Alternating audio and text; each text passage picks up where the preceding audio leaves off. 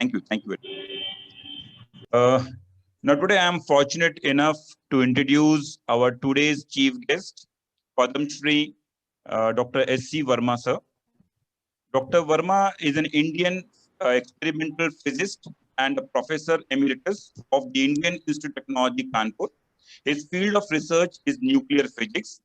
He has authored several books, several school undergraduate and graduate textbooks.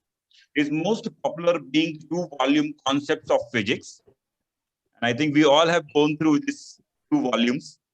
He has co-founded Shiksha Sopan, social upliftment organization for economically weaker children living near the campus of IIT Kanpur. He has been awarded the Maulana Abdul Kalam Azad Shiksha Puraskar by the Bihar state government. In 2020, the government of India awarded him the Padam Shri, the fourth highest civilian award in the Republic of India. Now I request our chief guest, a great orator, Padam Shri Dr. S.C. Verma sir, to deliver his most awaiting talk to the participant. Verma sir, please. धन्यवाद अमित भाई, बहुत अच्छा introduction आपने दिया और सारे लोग मेरा इंट्रोडक्शन बहुत अच्छी तरह दे रहे हैं। ये कार्यक्रम IAPT और श्री वैष्णव विद्यापीठ विश्वविद्यालय की तरफ से हो रहा है। मैं IAPT का एक सदस्य हूं और उसके अंदर हूं, इसलिए IAPT को धन्यवाद नहीं कर सकता हूं, लेकिन श्री वैष्णव विद्यापीठ विश्वविद्यालय को जरूर मैं भी अपनी ओर से धन्यवाद करूंगा इस पूरे प्रोग्राम को ऑर्गेनाइज करने के लिए। और जो हमारी सरकार की विभिन्न विभाग हैं जहाँ से कि इसका आयोजन हुआ है, ट्राइबल डिपार्टमेंट है, सौरभ जी इसको रिप्रेजेंट कर रहे हैं, विभिन्न प्रांतों के जो हमारे प्रिंसिपल सेक्रेटरी और अधिकारी आए हुए हैं जो इस प्रोग्राम को बहुत उत्साह के साथ आगे ले जाने की परिकल्पना कर रहे हैं और हमारे सामने रख रहे हैं, उन सबका बहुत बहुत आभार कि आपने IAPT को ये अवसर दिया कि इस बहुत सुंदर प्रोग्राम के अंदर में, बहुत अच्छे प्रोग्राम के अंदर में शामिल होकर के हम अपना कंट्रीब्यूशन कर सके। मैं 3-4 चीजें कहना चाहूँगा जिसके पहले कि ये वर्कशॉप शुरू हो। एक तो ये कि पहले हमने जो श्रीवास्तव जी ने, BD श्रीवास्तव जी ने हमें एक बहुत सुंदर कोटेशन दिया था कि every child is a born natural scientist. थोड़ी सी मैं भी उसके बारे में चर्चा करूँगा। उन्होंने कुछ बड़े बड़े नाम दिए थे जिनका ये कहा हुआ वाक्य है, लेकिन हम लोग अपने जीवन में अगर देखें तो जिसको स्कूल जाने से पहले के जो बच्चे सीखते हैं पहले 3 साल में या 2.5 साल के अंदर में, वो किस प्रकार से सीखते हैं, ये हमारे लिए बहुत महत्वपूर्ण हो सकता है ये जानना कि वो नेचुरल प्रोसेस ऑफ लर्निंग क्या है। नेचुरल प्रोसेस यानी जिस समय कोई शिक्षक नहीं होता, कोई स्कूल नहीं होता, कोई टाइम टेबल नहीं होता, कोई घंटी नहीं बजती, कोई सिलेबस नहीं होता, कोई चैप्टर्स नहीं होते, उसके प्रश्न नहीं होते, होम असाइनमेंट्स नहीं होते, तो उस समय में कोई मॉनिटरिंग नहीं होती, इम्तिहान नहीं होता, उस समय में बच्चे कैसे सीख लेते हैं? वो शुरू के 2 साल के अंदर में कैसे एक भाषा पूरी सीख लेते हैं जो घर में बोली जाती है। शुरू के 2 साल में वो कैसे उठना, बैठना, चलना, लाल कौन है, पीला कौन है, बड़ा कौन है, छोटा कौन है, मामा कौन है, मामी कौन है, चाचा कौन है, चाची कौन, ये सब कैसे सीख जाते हैं वो। किसको भैया बोलना है, किसको अंकल बोलना है, वो कैसे सीख जाते हैं, किसको आंटी बोलना है, कैसे सीख जाते हैं। तो ये जो प्रोसेस है लर्निंग का, जिसमें हमारा कोई इंटरवेंशन नहीं होता है और फिर भी वो जितना सीख जाते हैं उतना शायद हम अगले 10-15 साल उनको सिखाते रहते हैं, सीखते रहते हैं, तरह तरह के वो वर्कशॉप्स करते रहते हैं कि कैसे सिखाया जाए, कैसे सिखाया जाए, कैसे सिखाया जाए। उसके सारे इनोवेशंस करने की कोशिश करते हैं, उसकी सारी मेथोडोलॉजीज डेवलप करते हैं और उस बच्चे को कुछ नहीं चाहिए, उसको कुछ भी नहीं चाहिए, वो तो खुद ही सीख लेता है। तो वो जो नेचुरल प्रोसेस है कि क्या हो रहा है आसपास में, सौरभ जी ने बहुत सुंदर इस बात को रखा कि हम लाइफ के साथ कनेक्ट क्लासरूम को करेंगे तभी काम चलेगा। वो आसपास में जो हो रहा है, जो घटनाएं हो रही हैं, वो प्रकृति सिखा रही है उस बच्चे को।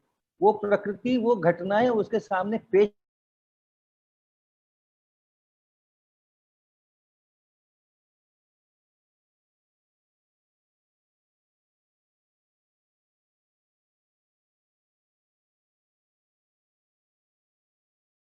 फुल में आ जाता है। और जब उसको कहा जाता है कि देखो जैसे वो बोधि वृक्ष जो बोध गया में था उसके नीचे बैठे थे तभी भगवान बुद्ध को ज्ञान मिला था, अन्यथा नहीं मिला था, भटकते रहे थे। ये जो क्लासरूम है ना, इस क्लासरूम की जो बेंच है, इस पर जब बैठोगे तभी ज्ञान मिलेगा, तभी आप सीख पाओगे, तभी आप शिक्षित हो पाओगे। इसके बाहर से अगर भटकते रह जाओगे वो होने वाला नहीं है। ये जो अचानक एक बहुत जबरदस्त ट्रांजिशन आता है जीवन के अंदर में, जहां कोई बाउंड्रीज नहीं थी सीखने की, कोई समय नहीं था सीखने का, कोई गति नहीं थी कि इतने समय में इतना सीखना जरूरी है। 3 महीने का हो गया बच्चा अभी तक पलटा नहीं है, इतना सिखाया पलटने के लिए, 3 महीने हो गए पलटा नहीं है, इसको फिर से कोर्स रिपीट करवाओ।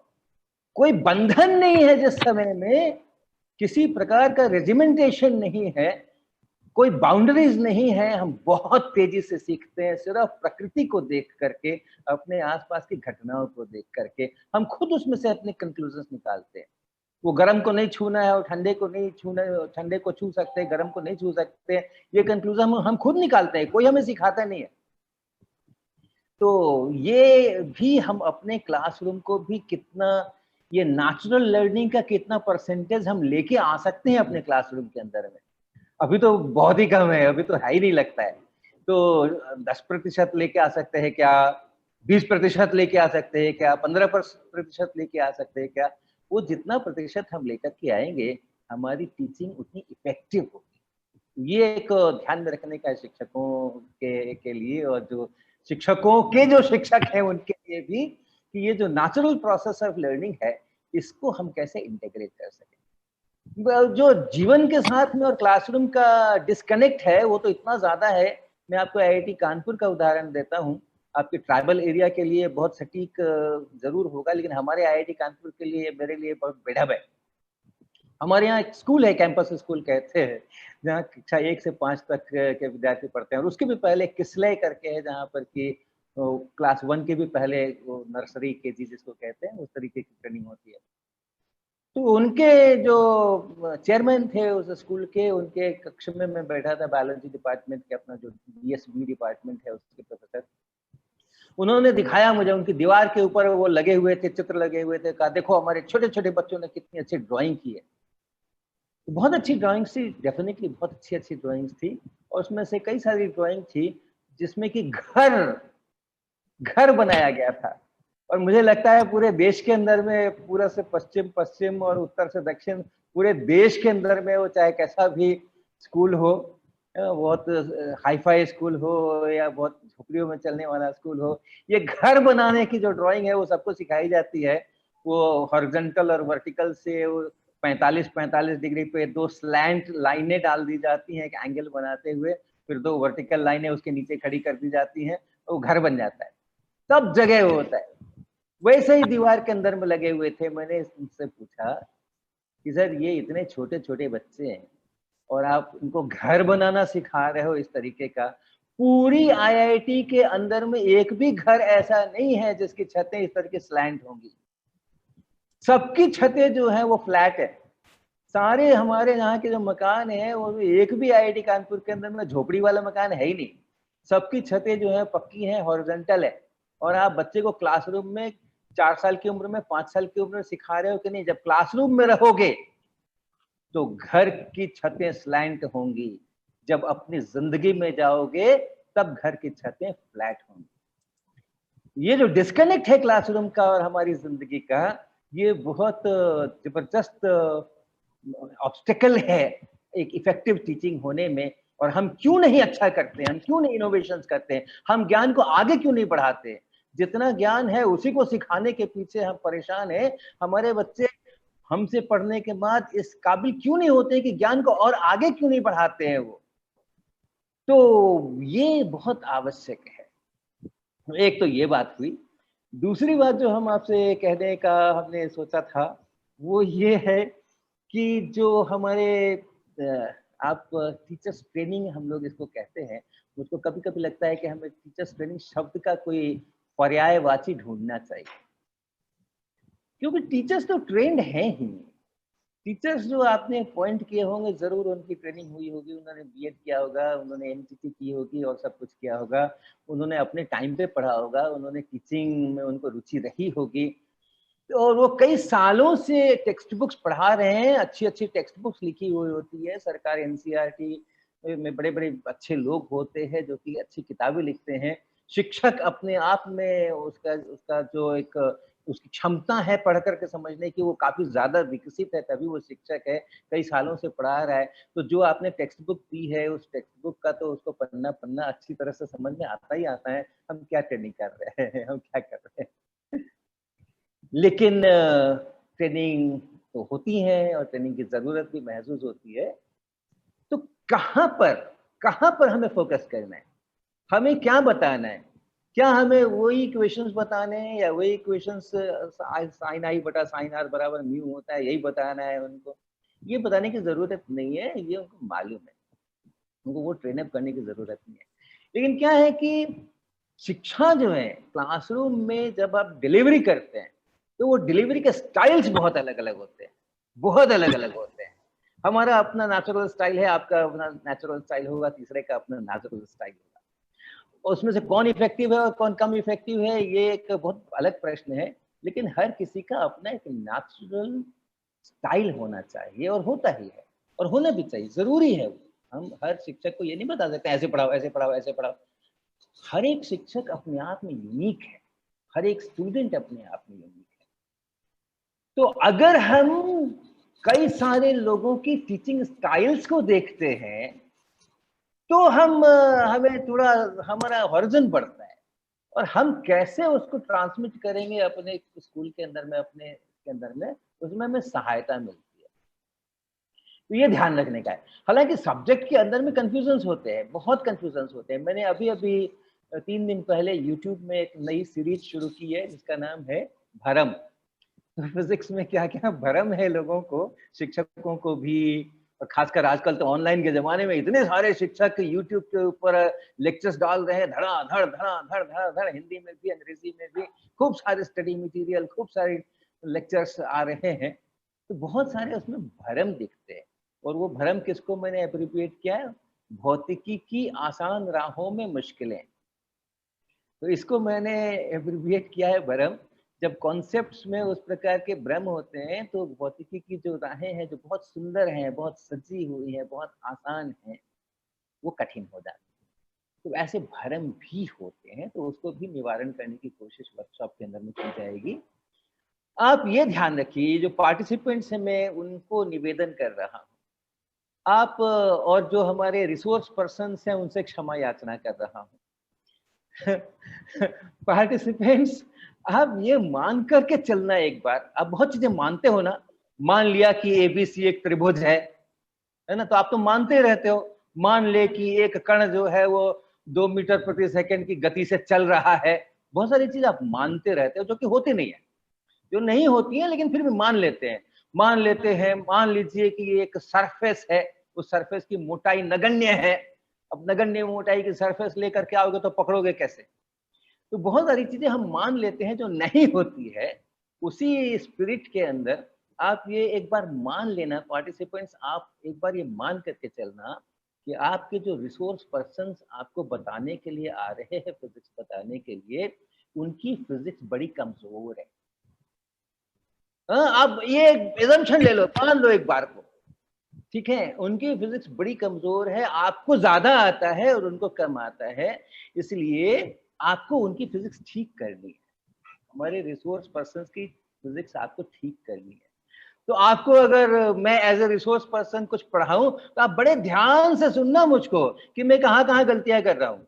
मैं जरूर गलतियां करूंगा क्योंकि मेरी फिजिक्स बड़ी कमजोर है, आपकी फिजिक्स जो है मुझसे ज्यादा मजबूत है। तो आपका ये थोड़ा मेरे ऊपर उपकार होगा अगर आप बहुत ध्यान से मुझे सुनोगे और मैं कहाँ कहाँ पे गलतियां कर रहा हूँ उसको मुझे बताओगे कि नहीं नहीं ये तो होता ही नहीं है, ये आप कैसे कह रहे हैं। तो जब आप ऐसा बताओगे तो मैं कहूंगा नहीं कैसे होता है, मैं तो ये मुझे मालूम है ये ऐसे ही होता है। तो थोड़ी बहस करना, लड़ जाना, लड़ जाना। देखो हमारे भारतीय संस्कृति में कहा गया है कि गुरुजनों का, बड़ों का, माता पिता का बड़ा सम्मान करना है, उनसे बहस नहीं करना है, अगर कोई अपने पिताजी के साथ में कुछ ज्यादा बहस करता है तो कहते हैं कैसा असंस्कारी बच्चा है, ये बहस करता है इतना। भूल जाओ थोड़ी देर के लिए भारतीय संस्कारों को। वो आपको पढ़ाने के लिए आए हैं, आपके गुरुजन हैं, आपके शिक्षक बन करके आए हैं। भूल जाओ, कर लो बहस, कर लो लड़ाई। आपको जो लगता है कि यही ठीक है, आप एकदम बिल्कुल भिड़ जाओ कि हाँ यही ठीक है, और फिर बहस होने दो। वो बहस होने के बाद अगर मेरी गलतियां होंगी तो मैं सुधार लूंगा, आपकी गलतियां होंगी तो आप सुधार लेंगे। कुल मिलाकर के देश का फिजिक्स सुधरेगा, कुल मिलाकर के देश का फिजिक्स सुधरेगा, चाहे मेरी गलती सुधरे या आपकी गलती सुधरे। इसलिए खूब सारी बहस करना और खूब सारा इस तरीके का आप ध्यान से सुनना। आप ये मत मान के चलना ये सर हैं, ये बहुत सीनियर हैं, ये फला जगह के प्रोफेसर हैं, इसलिए ये जो कह रहे हैं ये ठीक है, ऐसा मान करके आप नहीं चलना। तो ऐसे करके ये पूरी वर्कशॉप जो है वो बिल्कुल वाइब्रेंट होनी चाहिए, बहुत ऊर्जा युक्त होनी चाहिए। इसमें पोटेंशियल तो बहुत है ना, पोटेंशियल तो बहुत है, इसीलिए तो हम लोग कर रहे हैं ये सब कुछ, इतना सब कुछ। लेकिन ये पोटेंशियल एनर्जी के रूप में सारी एनर्जी चुपचाप बैठी रहे इन 5 दिनों में, ऐसा न हो। वो काइनेटिक एनर्जी में कन्वर्ट होनी चाहिए, आपके हाथ पैर चलने चाहिए। आपके हाथ पैर चलने चाहिए, आपका मुंह चलना चाहिए, जोर जोर से बोलना चाहिए, वाइब्रेंट होना चाहिए पूरे 5 दिन की वर्कशॉप को। ये एक दूसरी बात मेरे को आपसे कहनी है। और एक तीसरी सूचना मैं और यहाँ पर देना चाहता हूँ। अभी बहुत ही अपने विभिन्न प्रदेशों के सरकारी अधिकारी भी हैं और अपने वाइस चांसलर साहब भी हैं SBB के। ये जो ऑनलाइन का ये चल रहा है सब कुछ, जिस समय में स्कूल कॉलेजेस ठीक प्रकार से नहीं चल रहे हैं, तो हम लोग पढ़ा तो ले सकते हैं मान लो ऑनलाइन के अंदर में। वो एक अलग विषय है। कल ही एक इंटरव्यू किया मैंने जिसमें कि ऑनलाइन की और क्लासरूम फेस टू फेस की तुलना की कि किसमें क्या स्ट्रेंथ्स है और किसके क्या वीकनेसेस है, तो एक अलग विषय है। लेकिन लैब्स का क्या होगा, प्रयोगों का क्या होगा? और बिना एक्सपेरिमेंट्स के साइंस करना, बिना एक्सपेरिमेंट्स के फिजिक्स करना, केवल इक्वेशंस के माध्यम से, केवल डेफिनेशंस के माध्यम से, केवल डेरिवेशंस के माध्यम से, तो फिर उसको अपनी जिंदगी के साथ में कनेक्ट करना तो मुश्किल हो जाएगा। तो एक्सपेरिमेंट्स की भी अपनी बड़ी आवश्यकता होती है किसी भी परिस्थिति में, चाहे कैसी भी परिस्थिति हो। और वर्चुअल लैब्स वगैरह की अपनी लिमिटेशंस हैं, और खास करके स्कूल के लेवल पर तो और भी ज्यादा। तो IAPT ने, अपने Indian association of physics teachers ने, इस दौरान, इस लॉकडाउन के दौरान ऐसा एक नेशनल कंपटीशन ऑर्गेनाइज किया है, जिसका अभी अंतिम फेज चल ही रहा है, बल्कि जिसमें हम अपने स्टूडेंट्स को, अपने पार्टिसिपेंट्स को अपने घर में, जैसे आप कह रहे थे ना कि घर में जो हाउस होल्ड आइटम्स हैं उसके अंदर में हम कैसे उस फिजिक्स को अप्लाई कर सकते हैं, यहाँ हमने कहा कि आपके हाउस होल्ड आइटम्स जो है, घरों में जो चीजें उपलब्ध हैं, उनसे आप एक्सपेरिमेंट्स करो। एक्सपेरिमेंट हमने लिख करके उनको भेजा, ये एक्सपेरिमेंट आपको करना है, और इसको करने के लिए किसी लैब की आवश्यकता नहीं है, किसी लैब में जाने की आवश्यकता नहीं है, बाजार, अपने गली की दुकान में भी जाने की आवश्यकता है। हर एक फैमिली के अंदर में वो सामान है जो इस एक्सपेरिमेंट्स को करने के लिए आवश्यक है। करीबन 1200 लोगों से ये कंपटीशन शुरू हुआ था। पहले काफी सारे स्क्रीनिंग राउंड होकर 48,000 से, एक्चुअली 48,000 स्टूडेंट्स ने इनिशियल किया था। वहां से स्क्रीनिंग कर करके 1200 लोगों को हमने ये एक्चुअल एक्सपेरिमेंट घर पे परफॉर्म कराए। और सारे उसमें पैरामीटर्स हैं एक्सपेरिमेंट्स के, मेजरमेंट है। हर एक घर में जहां स्कूल बच्चे पढ़ते हैं, 2 चीजें मिल ही जाती हैं। एक 15 सेंटीमीटर का प्लास्टिक का स्केल, जिससे आप लेंथ मेजर कर सकते हैं, और एक अगर कुछ ऑनलाइन वगैरह चल रहा है तो फोन जरूर होगा जिसमें स्टॉप वॉच होगी, जिससे आप टाइम मेजर कर सकते हो। ये 2 मेजरिंग ऑपरेटर्स तो है ही है। और उसके बाद इन 2 के आधार के ऊपर सब कुछ मेजर करना, एरर एनालिसिस करना, अनसर्टेनिटीज को एस्टिमेट करना, स्टैटिस्टिकल एरर करना, डिफरेंट ऑब्जर्वेशंस जो हैं उनको रिकॉर्ड करना, उसके ग्राफ प्लॉट करना, उसमें से चीजें निकालना।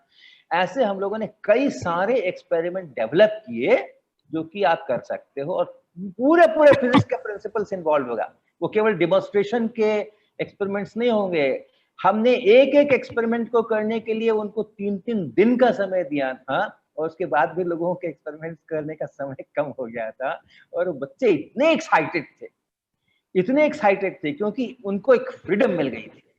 अब ये नहीं है कि लेबोरेटरी के इस वाले टेबल के सामने खड़े हो गए तभी आपका एक्सपेरिमेंट होगा। अब उनको एक फ्रीडम मिल गई थी, यही नहीं है कि 10 बजे से और 12 बजे तक आपका लैब पीरियड है, उसी के अंदर में होगा। उनको एक फ्रीडम मिल गई थी कि जो सामान लैब में उनको टेबल पर दिया गया है, उन्हीं सामान में से उनको जोड़ना है, और वो भी लिखा हुआ है उसके राइटअप में कि इसको यहाँ जोड़ना, उसको वहां जोड़ना। उनको एक फ्रीडम मिल गई थी कि वो खुद से डिजाइन करेंगे, अपने सेटअप्स वो खुद से डिजाइन करेंगे। अगर किसी को कुछ लटकाना है तो उसकी खूंटी कहाँ पर होगी वो खुद से डिजाइन करेंगे। किसी ने उसको अपने माइक्रोवेव के दरवाजे के अंदर में चिपकाया सटाया, किसी ने दीवार के अंदर ठोका, किसी ने टेबल के अंदर एक सेलो टेप से, तो पूरी फ्रीडम मिल गई। और नेचुरल प्रोसेस ऑफ लर्निंग जो है कि आपको आप फ्रीडम दे दीजिए, अपने हिसाब से उनको करने दीजिए, तो चीजें बहुत इफेक्टिव होती हैं। तो वो उसके फीडबैक्स IAPT की जो बुलेटिन आने वाली है उसके कई सारे अंकों में वो फीडबैक आएंगे। इतने फीडबैक आए हैं कि उसको एक अंक में तो पब्लिश किया ही नहीं जा सकता है। तो वो स्टूडेंट्स के फीडबैक जो आए हैं जबरदस्त वो सब हम करने वाले हैं। तो अगर इस प्रकार का भी कोई प्लान IAPT के साथ आप करना चाहें, जिसमें कि इस पीरियड के अंदर में घर बैठे कैसे एक्सपेरिमेंट्स करें, उसके ऊपर भी अगर कुछ करना चाहें तो मेरे ख्याल से IAPT will be very happy to collaborate. तो बहुत बहुत शुभकामनाएं सभी को, बहुत बहुत आभार, बहुत बहुत धन्यवाद। इस 5 दिनों के अंदर में हम एक बहुत नई चीज की शुरुआत करें। एक जब तक बहस नहीं होगी तब तक अच्छी फिजिक्स नहीं होगी, तो बहस से फिजिक्स, इस प्रकार की एक अच्छी शुरुआत हम इस 5 दिन के अंदर में करें, ऐसी मेरी कामना। धन्यवाद। Thank you sir, thank you very much. और सर आज भी जब आपका लेक्चर सुनते हैं तो स्टूडेंट वाली फीलिंग शुरू हो जाती है। Thank you sir, thank you very much, thank you very much.